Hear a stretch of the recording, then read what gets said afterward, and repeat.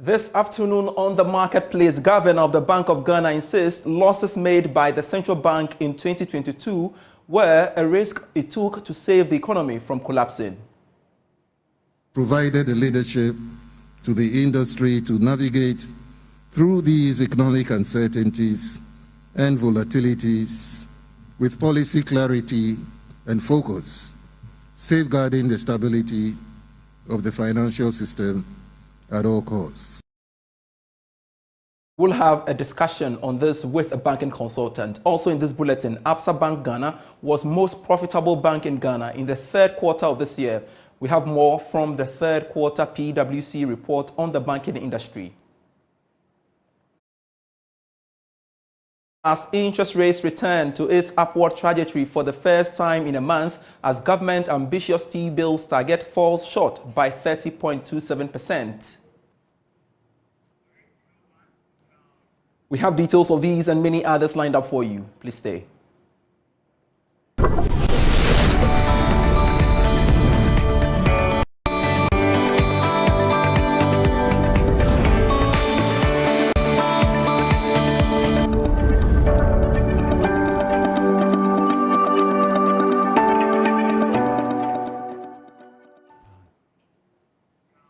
Thanks so much for your company. I am Pious, Backah. A straight look at our stories. And Governor of the Bank of Ghana, Dr. Ernest Addison, has insisted that the economy would have faced dire consequences if the central bank had in 2022 not stepped in to support government's expenditure. This, is stressed, resulted in the Bank of Ghana making losses of 60 billion cedis. The minority group in Parliament has demanded the resignation of the governor after they demonstrated against him. Now, speaking at the Governor's Day annual bankers dinner organized by the Chartered Institute of Bankers, Dr. Addison said the central bank had no option but to step in to save the economy from collapsing last year. We witnessed the banking cleanup exercise between 2017 and 2019, the COVID-19 pandemic in 2020, spillovers from the geopolitical tensions in Europe, and an economic crisis in 2022 that triggered a domestic debt exchange. Despite all these, banks have remained relatively stable and sound, partly because we have provided the leadership to the industry to navigate through these economic uncertainties and volatilities with policy clarity and focus, safeguarding the stability of the financial system at all costs. While longer in the industry, because Absa Bank Ghana was the most profitable bank in Ghana in the third quarter of this year. That's according to accounting and auditing firm PwC's quarterly analysis of the banking industry. According to the report, Guaranty Trust Bank was the most efficient bank in terms of cost-to-income ratio. Here's more. This is coming on the back of the domestic debt exchange program. Absa Bank recorded a profit of 1.5 billion cedis in the first 9 months of 2023, about 103.5% growth year-on-year. It was followed by Stanbic Bank Ghana with an 84.1% increase in year-on-year profit to 1.1 billion cedis. Guaranty Trust Bank came third with 57.7% growth in profit to 847.5 million cedis. The least profitable bank in Q3 2023 was First National Bank with a 103% decline in profit to about 400,000 cedis. However, all the banks registered profits in the first 9 months of this year. For efficiency, GT Bank was first and it was followed by UBA and Absa Bank Ghana. The lowest ranked efficient bank was Consolidated Bank Ghana. In terms of market share, EcoBank remained the biggest bank in Ghana, controlling the share of deposits by 13.1% as of September 30, 2023. It was followed by GCB Bank and Stanbic Bank Ghana with 10.5% and 9.2% respectively. The three banks also controlled the industry loans and advancements with a total of 34.2%. Within the financial market as well, interest rates returned to its upward trajectory for the first time in a month as the government continued to borrow heavily on the money market to finance its expenditure. According to auction results by the Bank of Ghana, the government accepted all bids for the treasury bills to the tune of 3.97 billion cedis, and we've got more for you in this report. Interest rates rose again after going down 3 times consecutively. While the 91-day T-bill went up marginally to 29.56% from the previous weeks of 29.49%, that of the 182-day bill also set to 31.76% from the preceding weeks of 31.74%. The one-year bill also increased to 33.44% from the earlier 33%. Meanwhile, the government's ambitious target of 5.618 billion cedis fell short by 30.27%. For the second time in a year, the 364-day bill was highly patronized. About 1.854 billion cedis worth of bids were tendered, which the government accepted all. It was also followed by the 91-day T-bill, in which 1.33 billion cedis were accepted. The 182-day bill witnessed a subscription of 722.99 million cedis. The treasury market is presently the only source of financing for the government, as the bond and external debt markets have been shut down for now. This is due to the debt restructuring the government is undertaking. All right, so as we always do, let's make sense out of this interest rates development on the money market. Joining us via phone is the head of trading at Republic Securities, Patrick Edem Agama, for more. Patrick, thanks so much for joining me on the marketplace. First off, what could be accounting for the upward trajectory of interest rates on the money market we are seeing for the first time in a month? Well, good afternoon. What we are seeing is that the demand from the government is increasing over the period. We've seen it shooting close to 2 billion upward. So we expect the limited investors investing in the treasury or still trusting the government to be able to meet that. For last week, we saw the 5.6 was quite huge. It was an outlier in all the targets we've seen prior to that. So that might be the main cause. I see. Did we even anticipate this? And what does it mean to the financial market? Well, we need to keep an eye on what is happening with government with regards to even the IMF 100 million coming and all that. Because if we see too much desperation from the government, we expect interest rates to go up more, and that will defeat the purpose of trying to even bring the pricing guidance to cap it. And even bring it down. We've seen inflation and other indicators try to come down. So if interest rate goes up, that will actually cause more problems. And is it sustainable? What more are we to expect from the money and capital markets this week? Well, for this week, we expect government to target 3.9 billion, which is still quite high, which is about 500 million than the average target is requesting for over the period. And for 3.9, expecting it to also be slightly undersubscribed, but we'll watch closely and see how it's closing. All right. Thank you very much, Patrick Agama, head of trading Republic Securities, helping us appreciate developments on the capital market. Away from that, agric workers are warning that the plans to restrict the importation of some items may result in a significant increase in the prices of some foodstuff. Now, government is seeking Parliament's approval to restrict the importation of some 21 items to help reduce the country's import bill and grow the local economy. But these workers are also worried the development could result in some artificial food shortages on the market. Edward Kariwe is the General Secretary of the General Agriculture Workers Union. You know, when you take an economy, it runs in two ways, imports and exports. You import what you cannot produce, or you import as raw materials to facilitate domestic production, or you import just because you want to conserve what you already have. For instance, there are some countries that have enough oil reserves, and yet they are not exploring it, but decide to import oil to use and protecting that for the future. So reasons are there for imports. You can import to produce, to support domestic production, or you can import to meet situations. Now, when you take Ghana's situation, why do we import?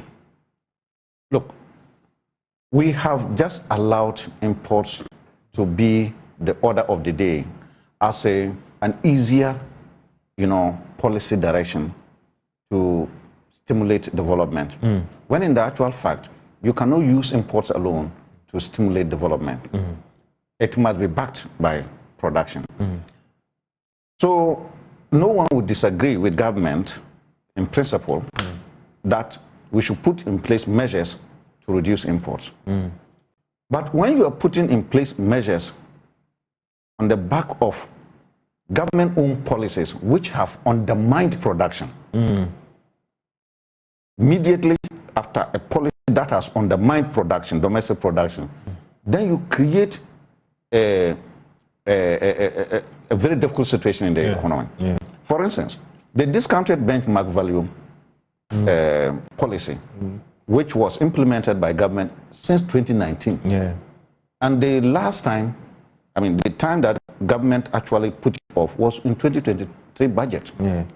Now, for all these years, it has undermined domestic production.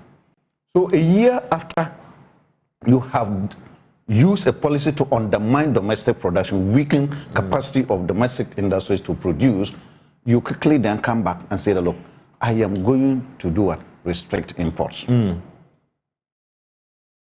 you do that, the likelihood of prices going up is very high because you have not actually nurtured, supported the domestic producers to increase their capacity to be able to meet the shortfall that the imports will bring. So that could be problematic.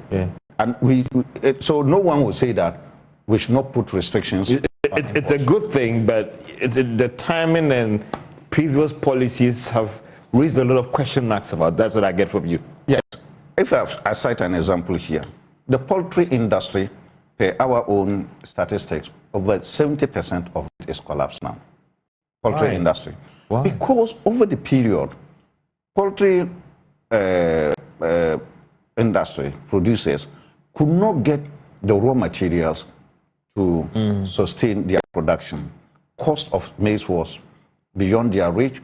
The soya was beyond their reach. Other necessary ingredients that is needed to support the production was beyond their reach. They made a lot of cry, government did not. Government still promoted the importation of poultry products, into the country. We are all aware about the La Bianca case where it was about exemptions for importation of poultry products into this country. Now, suddenly, after you have collapsed about 70% of it, you wake up and see that we are going to restrict the importation. So the 2022 National Best Farmer, Backah Sapon the first, has bemoaned the inability of farmers in the country to access seeds higher quality for cultivation. According to him, the inaccessibility and absence of the farming input is negatively impacting farm yields and contributing to heavy losses incurred by farmers. He is one of many actors in the agricultural space pushing for improved seeds and a regulated pricing system to boost the sector. Emmanuel Bright-Kweku reports. Agriculture contributes to 54% of Ghana's GDP, while providing more than 90% of the food needs of the country. But the sector, which is the backbone of the country's economy, is fraught with farming input challenges, particularly seeds for planting. Inaccessibility to improved seeds for better yields under the changing climate remains a bane to the agriculture sector. This is seen in majority of farmers across the country recording lower yields. Speaking on Love in the Morning, 2022 National Best Farmer Backah Sapon the first was distraught over the challenge. It's not all the issue of land. It has become we are misprioritizing these things. It's not land. It's quality seeds. It's about the yield. You see, somebody is farming on an acre land. What is the person who says out of it? You see, and we misplace these priorities and we talk about land. It's about the efficiency of what we are doing. A lot of farmers, what they are planting, it's just junk. So, garbage in, garbage out. So it's about the farmer being given quality seeds, being given quality input, and the little that the person is doing, being able to achieve the maximum use out of it. Due to the absence and inadequacy of locally developed seeds, farmers are importing the seeds from neighboring countries, including Burkina Faso and Cote d'Ivoire. But Asokwa Municipal Director of Agric, Kwame Kusi, says the importation is imposing higher cost burden on farmers. The spring onion, normally they take the seedlings from Cote d'Ivoire because per what the farmers are saying, they can not actually cultivate the seeds here so that they can get the seedlings from there. So what they are doing is they take the seedlings, and that has been a challenge for the farmers. You know that we are importing the whole thing from Burkina Faso, so it's going to reduce costs. Accessibility of the inputs is going to increase, and people who are going to produce will also increase. And then at the end of the day, it is going to increase productivity. Aside from farmers' inaccessibility to certified seeds, pricing system for their farm produce is another headache. The lack of regulated pricing system and influx of middlemen is dipping incomes of farmers. John Kennedy is the business development manager at the Chamber of Agribusiness Ghana. The farmer, in the first place, does not get the right price for his produce. And so he is not compensated enough for his sweat and the drudgery of farming. The only sector you see farmers receiving a little more recognition and compensation is the cocoa sector. But what about the cassava farmer? The middleman goes there and then says that I'll buy a basket of cassava at 5 cedis. And because he needs money to buy salt to go to the farm, he has no choice. He will give it to the middleman and take his 5 cedis and bring it to Accra and come and sell it for 100 or 200 cedis. And then he has ripped off. He has made a lot of money, and the farmer is still there in the village, still poor. Despite some interventions by the government, industry players in the agric sector believe more could be done to show up the space. For Joy News, my name is Emmanuel Bright-Quick. More within the space, perennial challenges in the release of seed funds by Cocoa Board provide fertile grounds for the smuggling and diversion of cocoa beans to foreign countries. That's according to Council of Chairman of the Cocoa Abrabapa Association, Ismail Pomasi. The recurring delay in the release of the funds from the Ghana Cocoa Board to licensed buying companies leads to delayed payment for farmers. Now, the challenge is collapsing the operations of indigenous licensed cocoa buying companies and reducing supplies of demand volumes of their customers. Here's more from Clinton Yeboah. The Ghana Cocoa Board is mandated to secure external funding for the cocoa season and distribute such funds to licensed buying companies. These licensed buying companies purchase cocoa beans from farmers at prices determined by international market prices. The government this year announced a 63.5% upward adjustment in the pricing of cocoa. How is this adjustment affecting and reflecting in the pockets of cocoa growers and farmers? The DOs always tell us there is no money. They always complain about smuggling, and these are the influencing factors. If the farmer is close to a border, he may as well send the cocoa beans there. Seed funds have not been dispersed to any firm to buy the cocoa beans. So now, after drying the beans, farmers get stuck as to where to take it. Council Chairman of Cocoa Abrabapa Association, Ismail Pomasi, disclosed the smuggling of cocoa to neighboring countries like Togo and Ivory Coast has led to the closure of its operations in the Oti and Volta cocoa regions. Speaking at the 12th annual general meeting of the Cocoa Abrabapa Association in Kumasi, he revealed to the regulator and the government to take steps to tackle the challenges. This year we commissioned the season a month earlier than the usual October. And from October, as we speak now, we are in November. We don't even have a CD coming from the regulator seed fund. And Cocoa Board must provide a long-lasting solution to the perennial delay in the seed fund. It's very disturbing. Our farmers are, diverting the certified cocoa, and it ends up being conventional cocoa. It is only the certified cocoa that assures our farmers of the premiums that we need. All these neighboring countries, last year we saw that they had good price as compared to us, and most of the farmers, not only the farmers, we also had other security agents who also colluded with other businessmen to smuggle the cocoa of the country. For us, we're working in these regions, and we couldn't even get 10% of our targets, and we had no option than to leave these regions.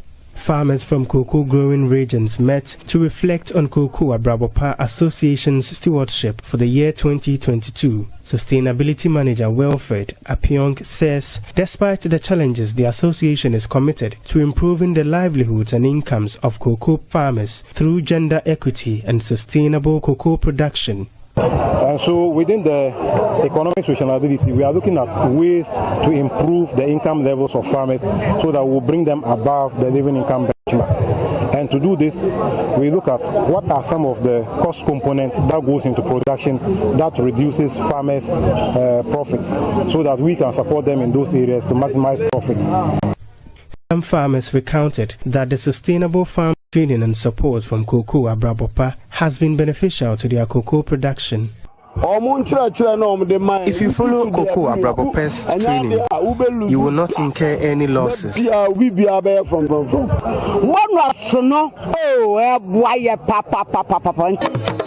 Reporting for Joy News, Clinton, Yabo. As part of efforts to ensure eco-friendly buildings that guarantee environmental sustainability, players in the building and construction sector have stated their commitment to offer products that will promote a green environment. Speaking to Joy Business, David Forson, Managing Director of Aubrey Engineering, suppliers of Ox Air Conditions, explained that promoting energy-saving appliances will contribute to a sustainable environment. Here's more. Encouraging a resource-efficient method of construction that produces healthier buildings which have less impact on the environment is critical to promoting environmental sustainability. The use of eco-friendly appliances similarly contributes to ensuring a green environment. In view of this, Ox has indicated their commitment to provide eco-friendly air conditioners. David Forsing, Managing Director at Aubrey Engineering Limited, the sole distributor of Ox Air Conditions, disclosed this to Joy Business at a stakeholder forum which hosted players in the building and construction industry. Ox is a very innovative factory. Yes, with the inverter system that we run, and they consume less energy. We also use R410 refrigerant for our air conditioners, which are ozone friendly. So he disclosed the company's intention to invest in the Ghanaian economy by building a manufacturing plant. We are not looking at always importing from China. We've already initiated conversations to set up a plant here, still in the pipeline that we are considering. This will create jobs, and also we will take engineers from here, so it would, now every air conditioning technology that we are enjoying or using is from China or somewhere in Europe or America. But then if we set up a plant here, it would help us to engage locally based engineers. So their knowledge and all that can go into building some of these technologies used in air conditioning industry. Sales manager in charge of Africa at Ox, Eric Chai, explains the company's willingness to invest in the African market. African market has a big potential, but it needs some education and introduction. So this time I want to, in the future, I want to give more the education about air conditioner knowledge and give our client to introduce our brand and our good product to the African market. And to some other stories, over 150 females under technical and vocational education and training known as the TVET, as well as science, technology, engineering and mathematics STEM education have been paired with industry experts for mentorship. The intervention is under the World University Services of Canada's Invest in Her program to inspire and encourage female mentees to explore opportunities in male-dominated fields. Beneficiaries will be guided by mentors to be able to thrive in careers in the sectors of mining, engineering, technology, and technical. Here's more. In recent times, calls have been initiated to encourage women to participate and take charge in reshaping the landscape of several male-dominated industries. The efforts are to bridge gender disparities and encourage the financial freedoms of women. The World University Services of Canada has set up the Invest in Her intervention to highlight the empowerment and entrepreneurial spirit of women who are undergoing training and working in male-dominated industries. Dubbed Sumimu Mentorship Program, the 3-month program has the aim of pairing women in technical and vocational education and training and businesses with key experts in their respective fields. Female students of the Kumasi Technical Institute has been afforded the opportunity to learn, develop and grow their potentials and career sets. Public Engagement and Advocacy Advisor at Invest, Juliana Ohinewa Amwakuchum, said the matching will keep the mentees robust to survive the competitive male-dominated industries. We believe that to ensure that these young women who are participating in male-dominated spaces or in male-dominated trades remain resilient and robust such that they will thrive in these spaces, it wouldn't come easy. We need to get them some mentors who have been in the space for years so that they can actually help them, guide them and direct them to where they want to get to. Women can, and the reason is that it's about passion, it's about commitment and dedication and hard work. And so with technology advancement, with the fact that things are changing, if you know there are challenges, however, where there's a mentor who will guide and direct you, the probability of these young ladies achieving their dreams is very high. Mentor and facilitator of welding and fabrications at the Kumasi Technical Institute, Lucy Ajiman, is certain the guidance will create opportunities for career insights and networking. I'm going to liaise with them, they know their careers well, especially the girls, know what they'll be able to do more, and then I'll also make sure that I connect them to some of the industries to go and then work with them, and then to supervise them, help them in whatever they do, and then advise them, especially in the job prospects and then the education prospects in whatever skill trade that they are learning here. Beneficiaries were excited and expressed eagerness for the training ahead. We are very grateful and thankful for today's meeting with the WUSC group, and we are urging other parents outside there to bring their girls to vet schools, which is going to help them get good job programs outside there, and we are very, very grateful for today's program. Thank you. Reporting for Joy News, Clinton Yeboah. And that's how we part company here on the marketplace. I am Pious Kojo Backah. For more stories, do log on to myjoyonline.com/business. Do enjoy the rest of our programs. Bye.